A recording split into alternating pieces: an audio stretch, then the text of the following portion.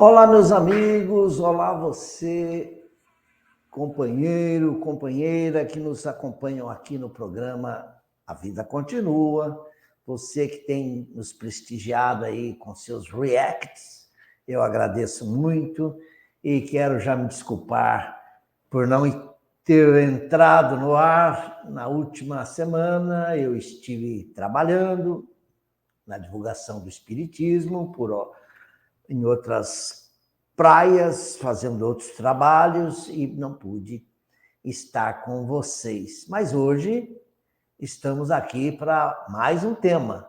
E o tema de hoje é esse daí, que eu estou atualizando aí. José Pedro de Freitas, quem é? Zé Arigó.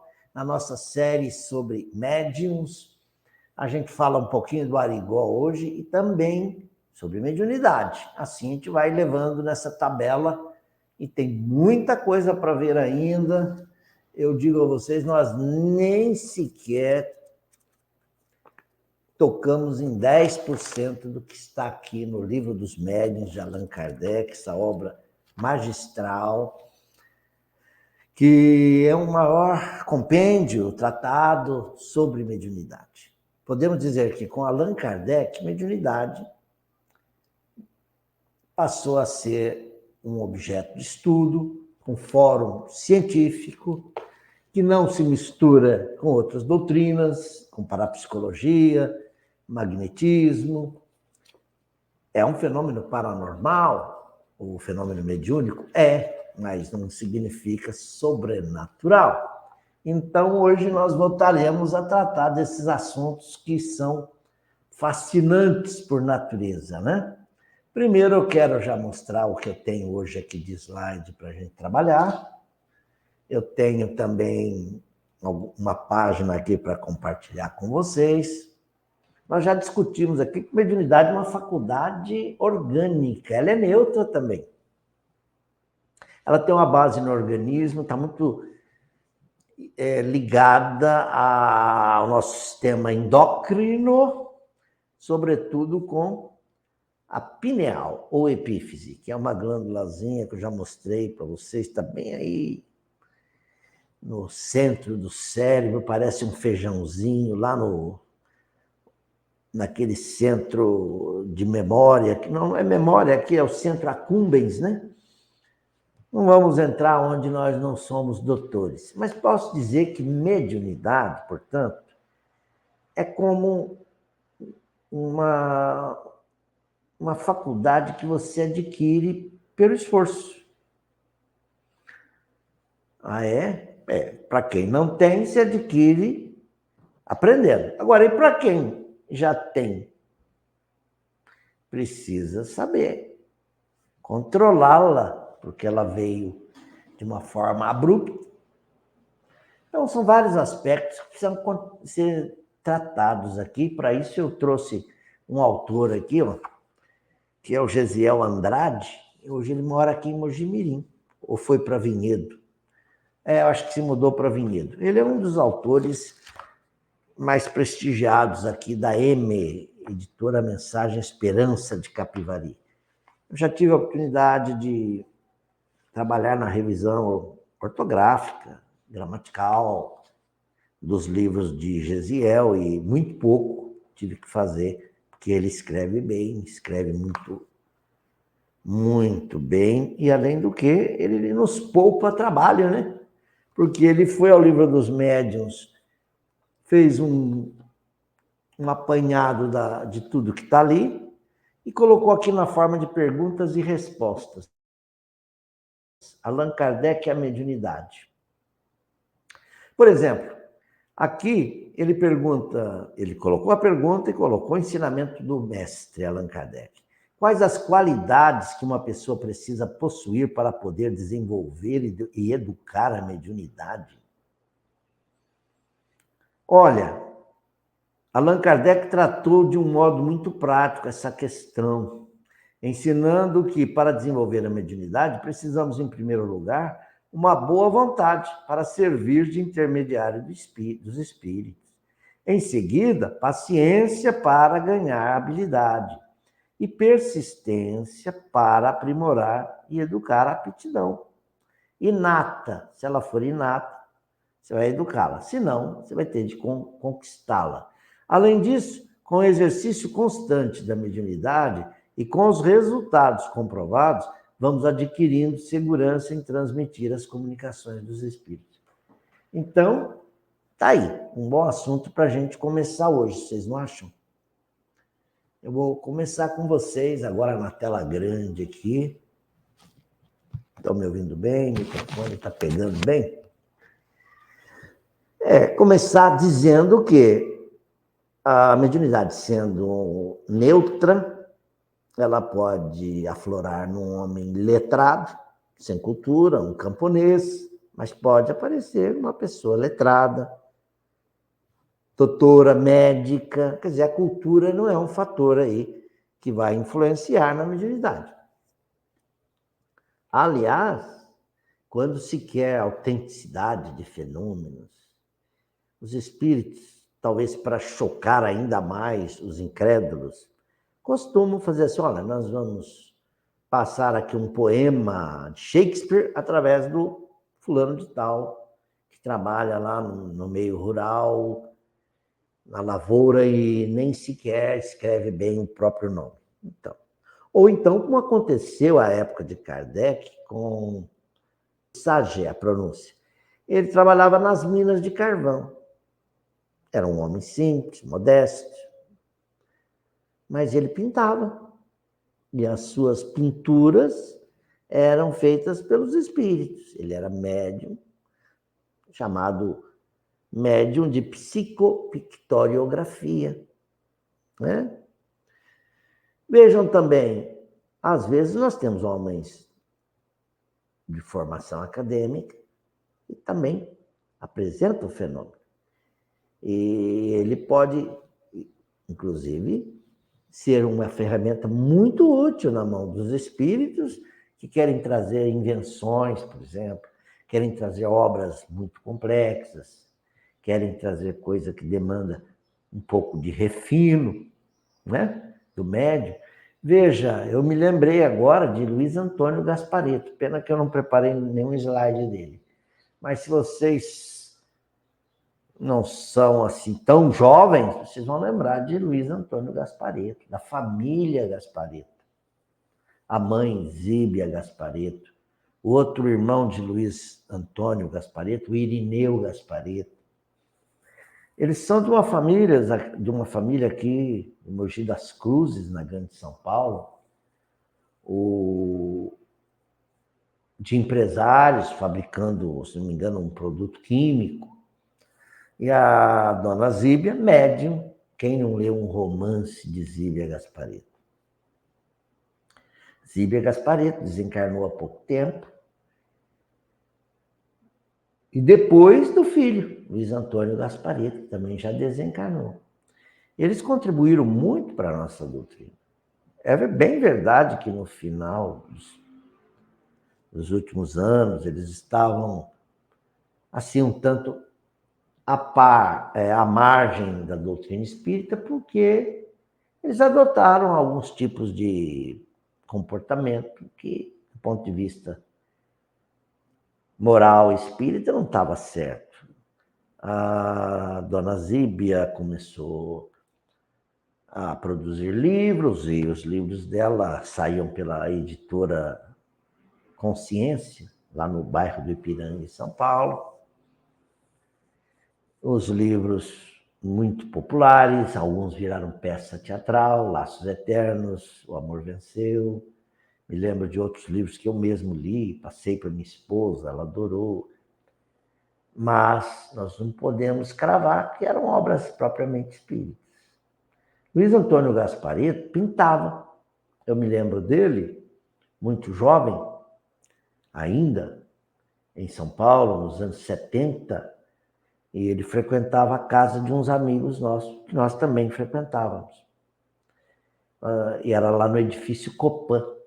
E eu me lembro da doutora Elsie Dubugras, ou Dubugras, acho que é Elsie Dubugras, uma dama britânica, né, que dirigia ou tinha um acesso à editora 3, em São Paulo, e a editora Teresa tinha uma revista chamada Revista Planeta.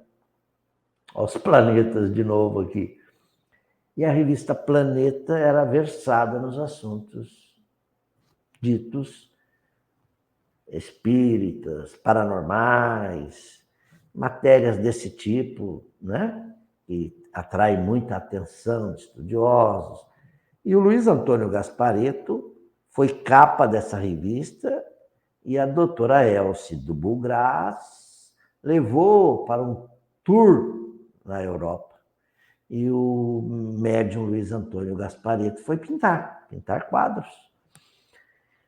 Os salões da Europa toda, na França, na Inglaterra, na Alemanha, a doutora Elce levou ele para todo lado. E ele, mediunizado, pintava com os dois braços simultaneamente, com os pés, saíam telas lindíssimas. Você podia submeter aos críticos, e os críticos viam que ali estavam mesmo o traço, as pinceladas de um Monet, de um Van Gogh. Olha, principalmente Renoir, Toulouse-Lautrec, todos os pintores expressionistas mais famosos, ainda também esses modernistas, e o Luiz Antônio pintava. E pintava muito bem. Eu me lembro que ele fez uma exposição no MAM, Museu de Arte Moderna, em São Paulo, e isso aí ficou até como os veículos de imprensa foram lá, gravaram. Eu me lembro até que o programa Terceira Visão, pela Bandeirantes, era aberto, o programa, com o Gasparetto pintando as telas. É maravilhoso mesmo. Você via as telas lindíssimas saindo em questão de 3 minutos, 4 minutos, e o médium totalmente em transe, inconsciente. E por que eu fiz essa abertura? Para vocês verem que o escopo do assunto que nós estamos tratando é muito rico. Mas nós precisamos usar a cabeça para não cair nas armadilhas, para não cair no charlatanismo barato. Eu já vi médios que pintam bem, pintam rápido, mas os espíritos que estão pintando não são mais do que pintores vulgares. Então, eu me lembro de um Rembrandt que eu até adquiri, levei para casa, depois que eu fiquei olhando, eu falei, mas essa obra está meio estranha. A sombra, a estética, o olho está torto, o nariz. Não era Rembrandt coisa nenhuma. Quer dizer, o espírito pintou à moda, à maneira de um Rembrandt.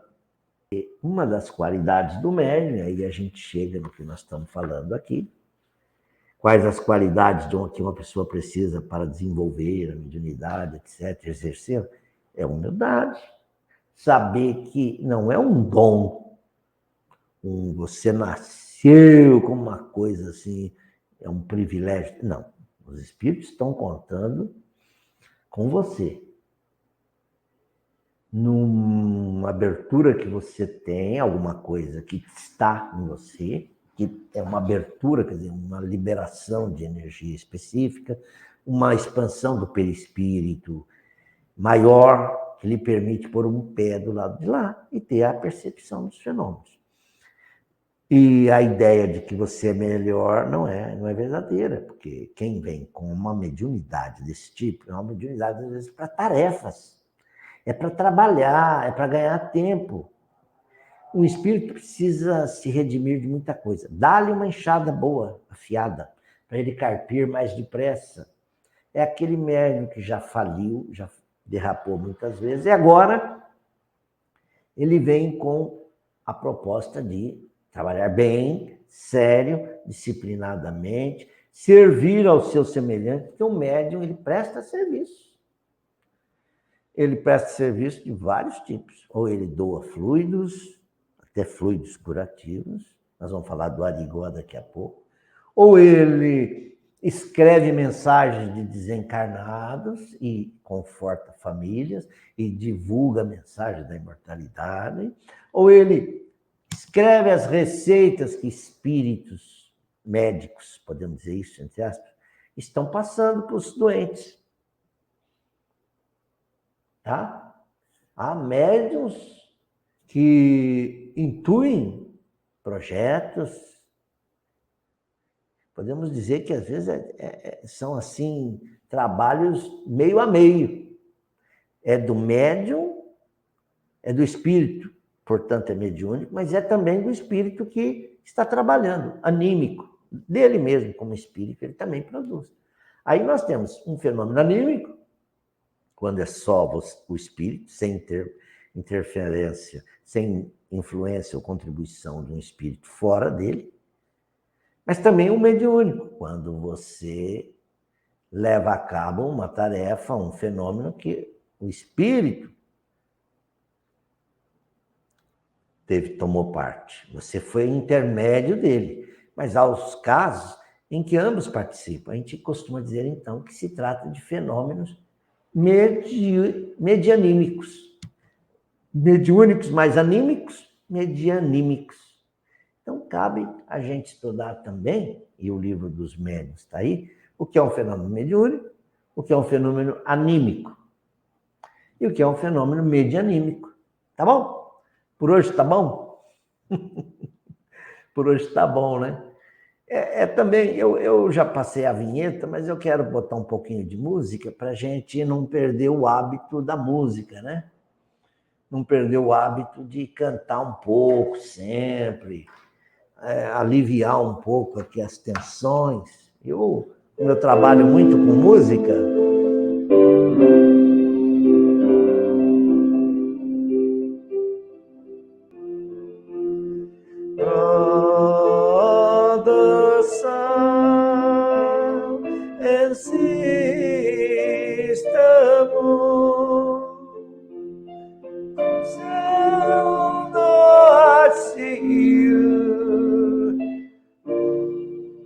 I can hear your tune.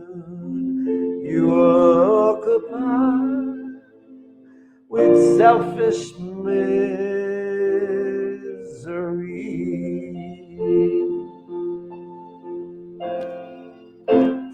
Agora sim, né? Com música fica mais fácil trabalhar. Então vamos aos nossos slides. Hoje nós estamos trabalhando aqui um tema da mediunidade. E eu escolhi falar hoje desse cidadão aqui, ó, por uma razão muito simples. José Arigó. Quem foi ao cinema pode ter visto o filme aí, O Predestinado, né? O Predestinado com Zé Arigó. Deve ter gostado ou não. Eu me lembro que eu fui assistir numa noite muito frio aqui em Campinas. E havia uma pessoa que não sabia nada sobre Arigó. Para ela, o filme foi uma coisa assim, que ela ficou... Ela saiu do cinema, boquiaberta. Falei, não, mas vai ler, vai ver a história dele, vai na internet, vai, descubra quem é o Arigó, porque aí você viu um filme. Você viu um filme, mas agora você precisa conhecer... O filme tem as suas licenças poéticas e faz lá... Tem uma ave aqui cantando bem pertinho de nós aqui. Vocês estão ouvindo? Olha lá. É preciso ir ao encontro das informações. Por exemplo, o nosso Arigó, ele até 1971... Para mim, 71 está pertinho, né? 71, ele estava encarnado. Ele desencarnou em 1971, num acidente de automóvel, em Minas, naquelas estradas de Minas que matam para chuchu, né? Ele estava indo da sua cidade, Congonhas do Campo, hoje Congonhas, para Conselheiro Lafayette. No trajeto, há uma controvérsia aí, se ele se chocou contra um carro, se ele passou mal, um infarto e perdeu a direção, foi bater numa árvore. Eu revisei o livro de um autor de Goiás, Goiânia, a cidade, É um pesquisador muito interessante, muito bom, muito atencioso, muito aplicado, e eu acho que a versão dele é a verdadeira. É que ele teve um sintoma e foi se chocar numa árvore. Depois apareceu uma caminhonete dessas que presta manutenção nas estradas e o encontraram no seu Opala, já desencarnado, tá bom? É preciso estudar José Arigó, primeiro, para você ver as cirurgias que ele fazia. No início era um canivete, enferrujado. Ele era do sítio, era um homem simples. A família tinha até algumas coisas na cidadezinha, mas ele era de origem simples. Você vê as fotos dele, eu vou tentar puxar umas fotos aqui, você vai ver que era igual usar uma camisa, aquele botãozinho apertado, a barriga aparecendo, uma camisinha assim de manga, era funcionário público em Congonhas, mas ele começou a ter os transes, e no transe, como um canivete, primeiro ele curou uma pessoa da família, depois vieram outros, até que os casos foram chegando. O nome dele começou a ganhar notoriedade, depois as revistas. Eu me lembro da revista Manchete, trazendo reportagens sobre Arigó. Antes de projetar aqui as imagens que eu vou puxar da internet, eu não trouxe tantos slides assim, eu vou dizer para vocês o seguinte: como é que você classificaria os fenômenos aí de José Arigó? Efeitos físicos ou efeitos inteligentes? Tá vendo? Efeitos inteligentes, lógico.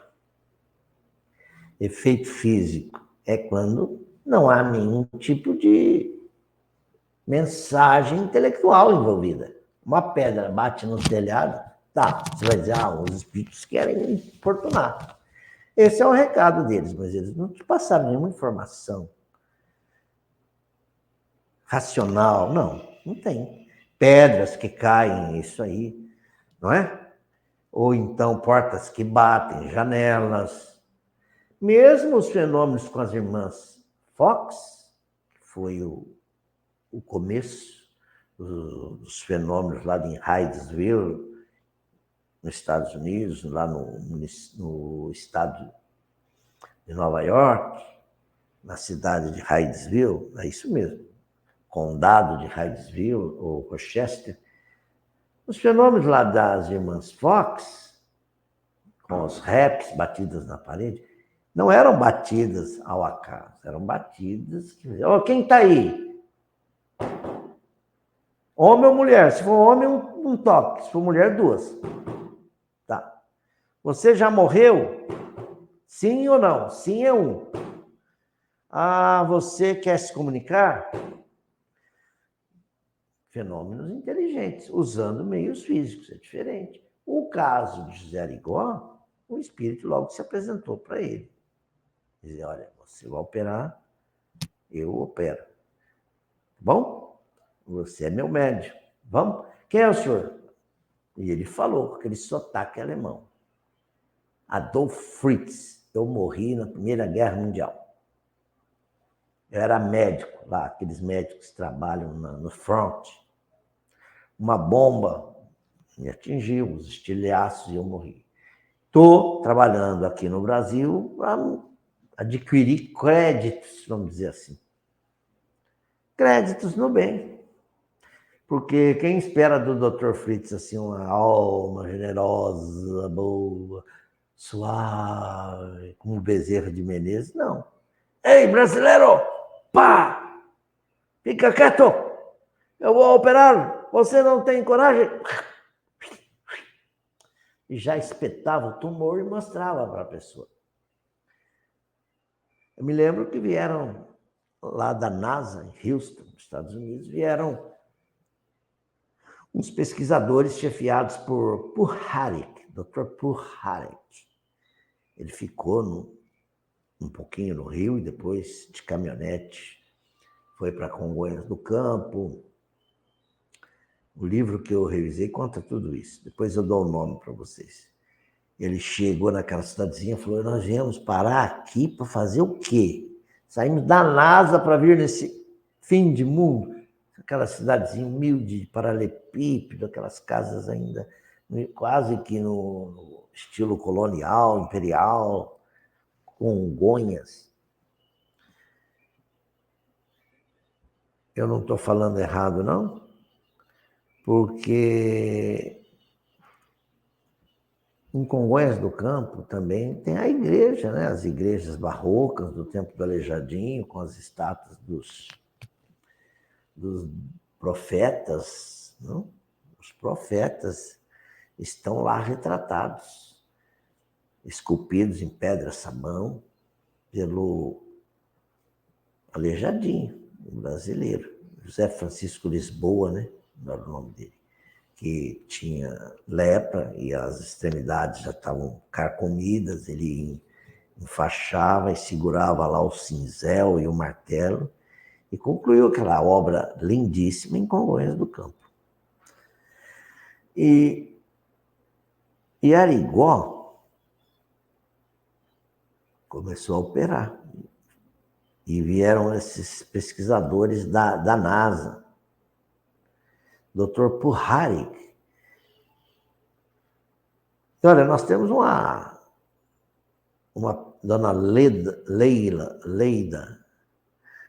de Oliveira, que mora em Campinas, eu já entrevistei algumas vezes, ela está sempre aí divulgando a obra de Arigó, que ela foi uma filha adotiva de Arigó, que ela ficava ajudando, com 10 anos de idade. Saía da casa dela, ia na casa do Arigó e ficava lá. O que o senhor precisa? Algodão? Ah, você está precisando de quê? Que eu responda as cartas? Começou a separar as cartas, chegava do Brasil. A dona Leida hoje conta isso. Já publicou livro, já conta história. E resgata aí a imagem de Arigó. Porque para muitos, Arigó foi apenas um médium famoso que operava as pessoas. Foi preso 2 vezes. Por exercício da medicina ilegal. E os processos dele ficaram muito famosos. Até Juscelino Kubitschek foi visitar Arigó na prisão, depois assinou o indulto que o tirou, porque a filha de Juscelino foi curada por ele. O Arigó operou o carcereiro dele, ou o delegado Isso é mostrado no filme, O Predestinado.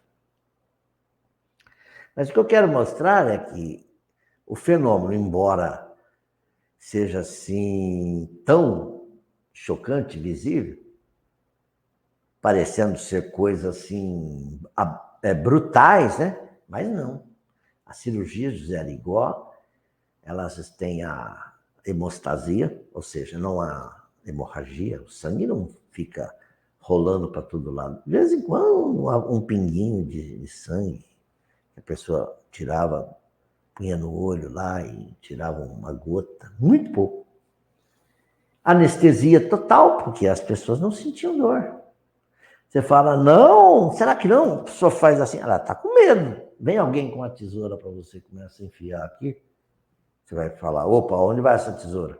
Mas dor mesmo, não. Além da anestesia, da hemostasia e asepsia, né?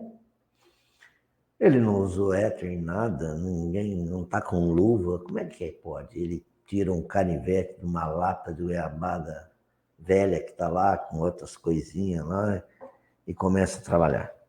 Eu lembro da dona Leida contando, e ela é testemunha ocular, que certa feita já iam velar uma mulher ali na cidadezinha deles. Mas a mulher não estava morta, mas a mulher estava com um tumor. E era um tumor no útero, nessa região, no aparelho reprodutor feminino. Diz que Arigó, mediunizado, foi lá, ou mediunizou-se lá, incorporou lá,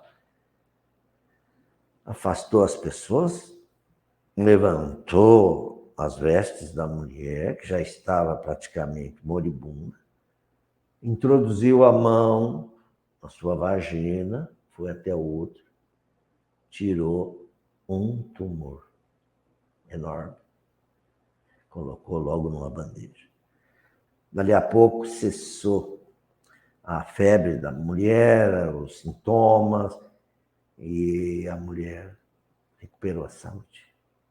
Tudo isso foi para chocar o povo, chocar as pessoas, mostrar a existência do espírito, mostrar a força dos fenômenos, mostrar a providência divina atuando. Claro que a igreja, os negacionistas de sempre tentaram, de alguma forma, espalhar aí alguma coisa contra a reputação do Arigó, mas o Arigó continua trabalhando, até desencarnar em 1971, um acidente automobilístico. Era um fenômeno característico das cirurgias espirituais, que ainda acontecem hoje. Eu acompanhei Dr. Fritz, não sei se é o mesmo, operando aqui em Campinas, na Instituição Espírita Batuíra, na Vila Mimosa. Está aí o endereço, vocês podem pesquisar. É a entidade dirigida pelo nosso amigo Décio Oliveira. O Décio soube das cirurgias do Dr. Fritz em Uberaba, Minas, através da médium Ivanilda Teixeira, outra amiga nossa que eu conheci. A Ivanilda e sua filha são médiums. A Ivanilda é uma mulher modesta, é cabeleireira, se eu não me engano, tem um salão, trabalha, é esforçada, é dedicada, é uma mulher, você conversa com ela, até bonita, cabelos bonitos, uns olhos bonitos. Oi, Ivanilda, você... Não, eu não posso com sangue, meu filho, eu não posso nem ver sangue. Mas o Dr. Fritz precisa dos meus serviços, eu oro, coloco-me à disposição dele e ele opera. E o Décio Oliveira, nosso amigo de Campinas, mais outro companheiro chamado Alberto Leite, eu estava junto, fomos até Uberaba e viabilizamos um projeto de trazê-la a médium pelo menos uma vez por mês a Campinas. E ela tem feito isso. No terceiro domingo de cada mês, terceiro domingo, é isso mesmo, vem até a Vila Mimosa, aqui em Campinas, na Instituição Batuíra. Ela chega um dia antes para repousar, descansar, porque não é fácil, 400 quilômetros de Andradas para cá. E ela vem com uma equipe, ela é ajudada pela filha, pelo seu genro, costumam vir alguns outros médiums com ela, ela traz aventais brancos, usa uma touca, como usava o Dr. Fritz. Quem vê uma foto do Dr. Fritz vai ver ele com aquele gorro branco aqui. E olha, o fenômeno mediúnico está ali, escancarado. A Ivanilda entra na sala dela, se concentra, sai. É um homenzinho. Um olhar bravo, carrancudo. Fala, puxa, como é que nós vamos falar com o Dr. Fritz se ele nos olha com essa dureza de olhar, né? Mas ele é bom, claro que é bom. Ele chega, conversa pouco. Você, venha, música, eu quero música. Aí a banda lá começa a tocar. Em volta dele vão seguindo os auxiliares com algodão, agulhas de homeopatia. E uma vassoura para ir limpando. uma garrafa d'água, porque as pessoas, ele escolhe assim, aleatoriamente, vem cá, já bate no peito da gente, já vai introduzindo aquelas agulhas, quer dizer, já não usa mais o canivete. As incisões no corpo físico já não são necessárias. Se é um caso não físico, não é uma enfermidade, não é uma catarata que ele vai tirar, não é um tumor, mas se é um caso de obsessão, ele fala. Já encaminha para os médiuns que vão levar o doente para outra sala, para que se faça ali a terapêutica adequada, que é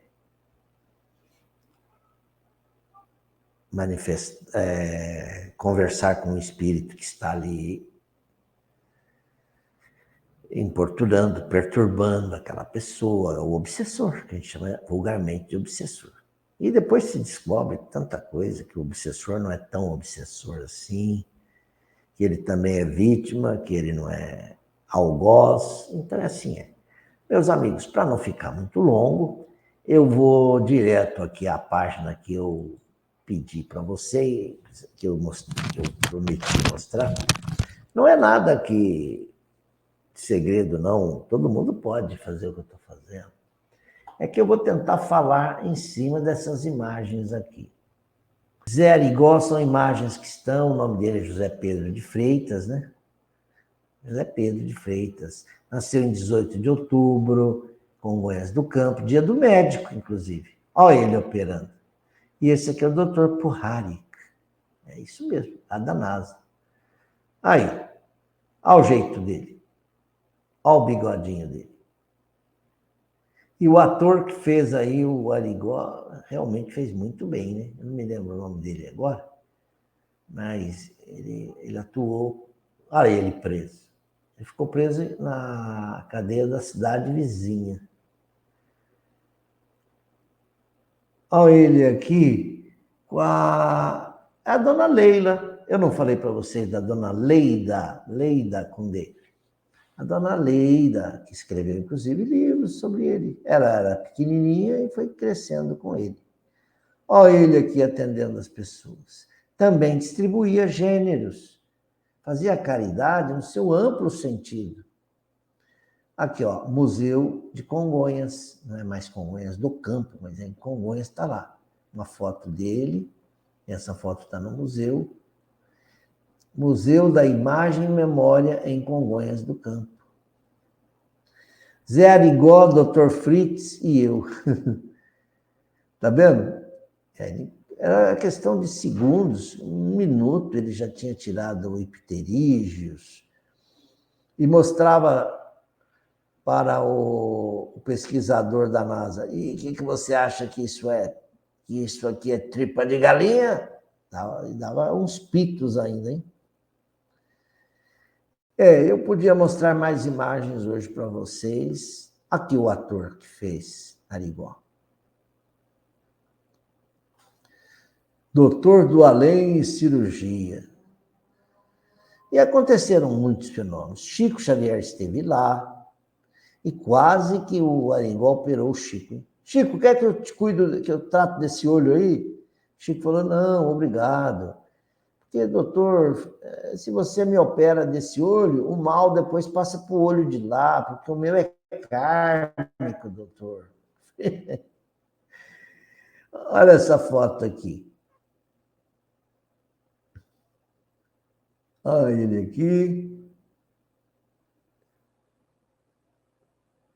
Vida de Zé Arigó é contada em livros. Olha, e vejam nessa foto que ele é bem católico. O que denota que a mediunidade não está presa nem à opção religiosa. Vejam só.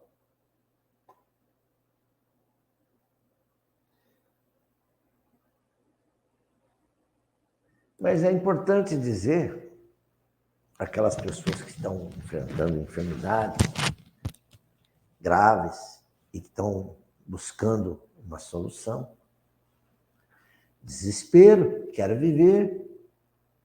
Você vai criticar alguém por querer buscar ajuda? Jesus não disse, batei, abrir-se-vos-á, pedi e obtereis? Eu me lembro de pessoas que procuraram Dr. Fritz aqui em Campinas. Eu fiz várias reportagens com as pessoas antes e depois da cirurgia. Eles deram testemunhos verdadeiros das melhoras que obtiveram, mas não quer dizer que estejam saudáveis até hoje, porque vai morrer de alguma coisa.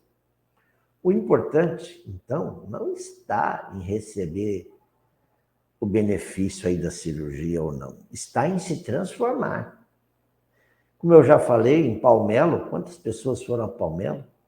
Eu fui lá e me tratei, eu tinha um problema aqui. E agora você está indo por quê? Porque agora tem um problema aqui. Vai ter problemas sempre. Aí você vê, mas a pessoa não se transforma. Então nós caímos no caso lá de Jesus. Jesus curou a tantos lá na casa de Pedro, em Cafarnaum. E depois, isso quem narra é Humberto de Campos, numa obra. Depois Jesus está um pouco lá pensativo. E Pedro fala, Senhor, hoje nós fizemos tantas pessoas saírem do sofrimento, da dor, aleijados que andaram. Natanael ben Elias desceu pela claraboia e voltou a andar. Veja aquele coxo que saiu daqui, aquele endemoniado que o Senhor curou, os cegos. Pois é, Pedro, mas não é para isso que a gente está aqui. A gente queria que eles se curassem por dentro. E aí faz aquela comparação muito sábia. Eu não estou aqui para colocar um remendo, um pano novo, numa roupa velha. Entendeu? Eu não estou aqui para isso. Eu estou aqui para que as pessoas, com dor, sem dor, com sofrimento, com alejumes ou não, elas possam entender que a vida é abundante, que a vida segue, que a vida não cessa, que nós temos na Terra um estágio pequeno, mas é um flash perto da eternidade, que tudo isso é pelo nosso adiantamento moral e que o mal de hoje que sofremos tem uma causa em vida anterior. Entendeu, Pedro? Então Pedro falou, Pedro era assim, meio devagar para entender, mas ele entendia. E para terminar, meus amigos, música na caixa?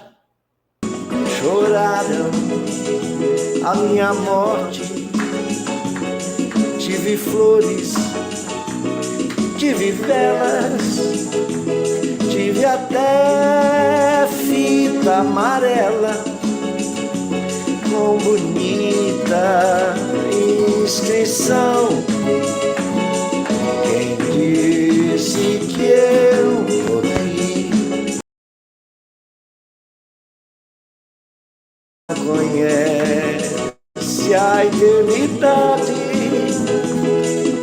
pois quem tem vida não morre quando conhece a verdade. Se vocês querem saber a verdade nua e crua, nascer, morrer, renascer, nossa vida continua. Se vocês querem saber a verdade nua e crua, nascer, morrer, renascer, nossa vida continua, nossa vida continua. Falou Noé, quem é você que não sabe o que diz? do céu.